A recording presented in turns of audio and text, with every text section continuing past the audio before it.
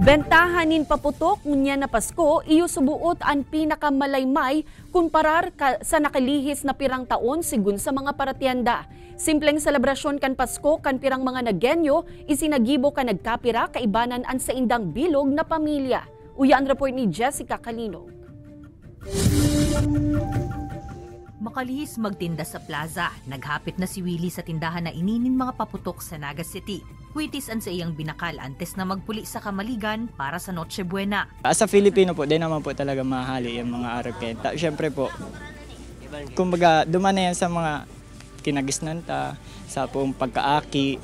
Kung may paputok, may mga kaugmahan na mangyayari. Parte man kan tradisyon ang pagpaputok tuyong Pasko, alagad man tang nagahaloy.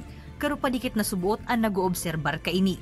Sa haros 4 na dekada ng pagtitinda ni Tatay Roland din paputok, inina nga ni Daan pinakamaluyan nindang benta para sa Pasko. May nababakal man, alagad may mga aldaw na talagang zero. Siguro ang pinaka-anundangunan ang pagkakan, bako ang gastusan. Yan ang pinaka-anundangunan. Yung malang nahiling, mi.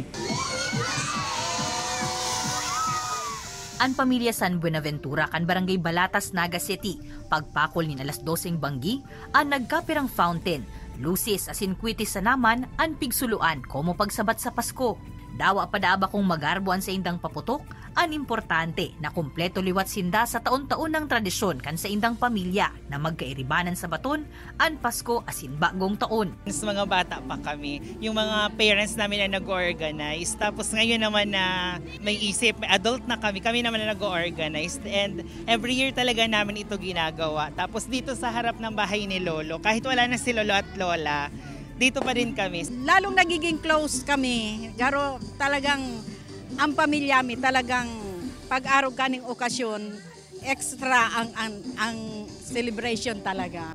Sa Banwaanin Kamaligan, karo ordinaryong banggi sa naman ang naging pagsabat sa Kapaskuhan. Pero may iba man na nagdiretso sa River Park makalihis ang Noche Buena, siring ninda Jomalin na nagpicture-picture digdi with the family. Bako man siya bongga, itong tipong dakol kamong handa, ang pinaka-importante kasi sa gabos is kompleto kamo and syempre maugma pati ang mga aki. Ika-kapuso, paano nindupig sabat ang Pasko? Kaibanan si Jovel Obiso, Jessica Calinog, Balitang Bicolandia.